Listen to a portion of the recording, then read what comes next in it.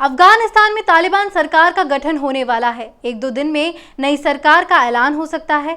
इससे पहले तालिबान ने भारत से बेहतर रिश्ते बनाने की बात कही है। जी हां, तालिबान नेता ने इसे लेकर दोहा में भारत के राजदूत से मुलाकात की।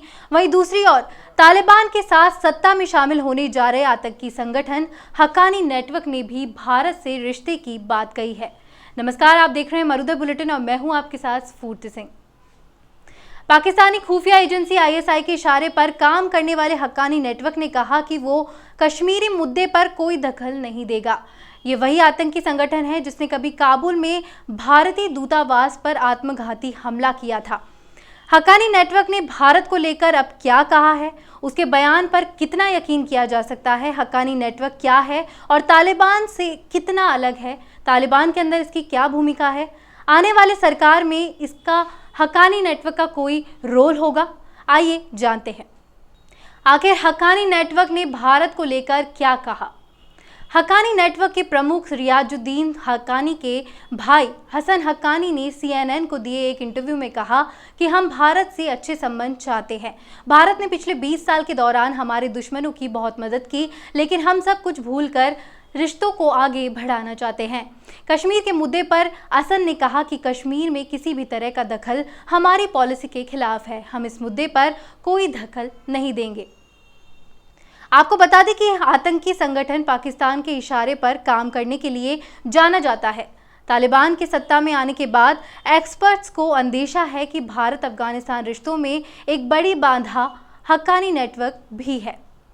इसे ऐसे समझा जा सकता है कि जुलाई 2008 में काबुल में भारतीय दूतावास पर हमला इस आतंकी संगठन ने किया था। इस आत्मघाती हमले में 58 लोग मारे गए थे। कहा जाता है कि धमाके को अंजाम देने के आदेश आईएसआई के हक्कानी नेटवर्क को दिए थे। मार्च 2020 में काबुल के गुरुद्वारे राय साहब पर हुए आतंकी हमले में 25 श्रद्धालुओं की मौत हुई थी। इस हमले की जिम्मेदारी ISIS-K ने ली थी, लेकिन अमेरिकी खुफिया एजेंसियों का दावा था कि इस हमले की हक्कानी नेटवर्क का ही हाथ है। क्या हक्कानी नेटवर्क की बातों पर यकीन किया जा सकता है? सोचने वाली बात है। चाहे हक्कानी नेटवर्क हो या तालिबान, दोनों की बातों पर इतनी जल्दी यकीन नहीं किया जा सकता। तालिबान की सरकार ने कहा कि वो फंड्स के लिए चीन पर निर्भर है, क्योंकि चीन ही उसके लिए सबसे भरोसेमंद सहयोगी है।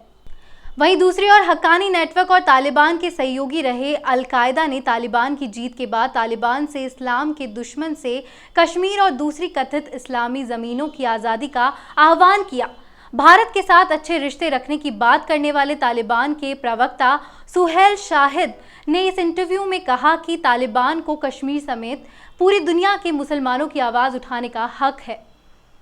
वहीं पाकिस्तान लगातार तालिबान के पक्ष में दुनिया भर में लॉबिंग कर रहा है।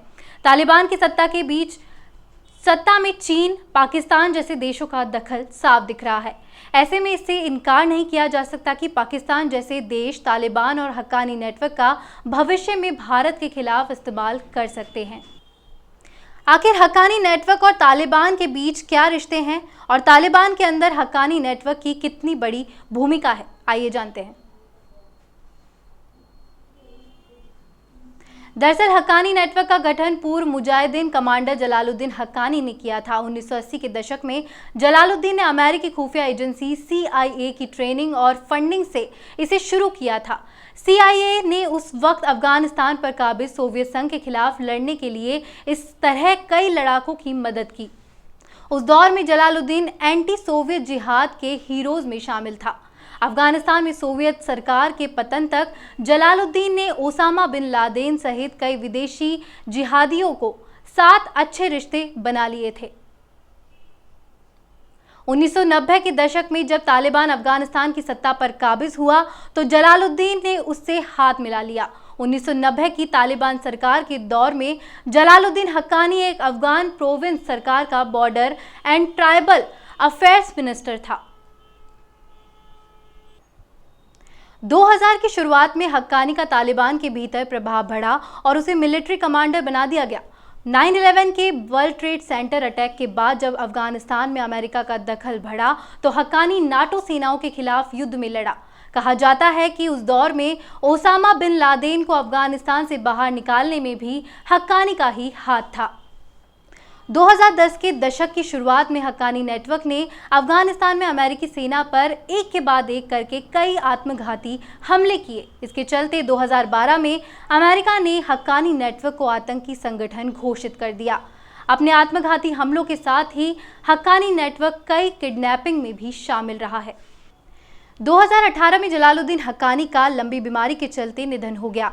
इसके बाद जलालुद्दीन का बेटा सिराजुद्दीन हक्कानी नेटवर्क का नया प्रमुख बना। 1996 में तालिबान का हिस्सा होते हुए भी हक्कानी नेटवर्क अपनी क्रूरता और लड़ाकों की वजह से अलग पहचान रखता है। आर्थिक रूप से भी हक्कानी नेटवर्क काफी मजबूत है। एक्सपर्ट कहते हैं कि सिराजुद्दीन हक्कानी 6 साल से तालिबान का डिप्टी लीडर है। इससे ही उसकी आने वाली सरकार में भूमिका समझी जा सकती है। 2019 में सिराजुद्दीन ने भाई असन हक्कानी को अफगान सरकार की कैद से आज़ाद किया गया था। इस कदम को तालिबान और अमेरिका के बीच सीधी बातचीत का अहम फैसला माना जाता है, जिसके बाद से अमेरिका ने अपने सैनिकों की अफगानिस्तान से वापसी का ऐलान किया।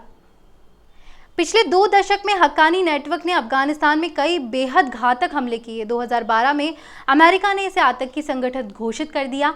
संयुक्त राष्ट्र ने भी इस संगठन पर प्रतिबंध लगा रखा है। हक्कानी नेटवर्क आतंकी हमलों में सुसाइड बॉम्बर का इस्तेमाल करने के लिए जाना जाता है।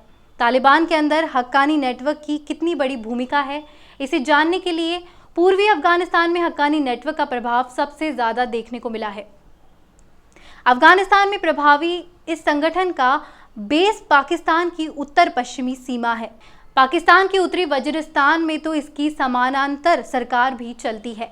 पिछले कुछ सालों से इस संगठन की गतिविधियां काफ़ी बढ़ी है। तालिबान लीडरशिप में भी हक्कानी नेटवर्क की उपस्थिति बढ़ी है। 2015 में नेटवर्क के मौजूदा प्रमुख रियाजुद्दीन हक्कानी को तालिबान का डिप्टी लीडर बनाया गया था।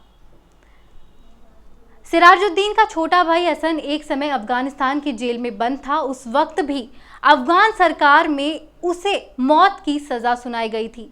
उसने अफगानिस्तान सरकार के पतन के बाद पूर्व राष्ट्रपति हामिद करजई को और पूर्व चीफ एग्जीक्यूटिव अब्दुल्ला के साथ बातचीत की थी। इस खास पेशकश में इतना ही। देश और दुनिया की तमाम खबरों के लिए आप देखते रहिए मरुधर बुलेटिन। नमस्कार।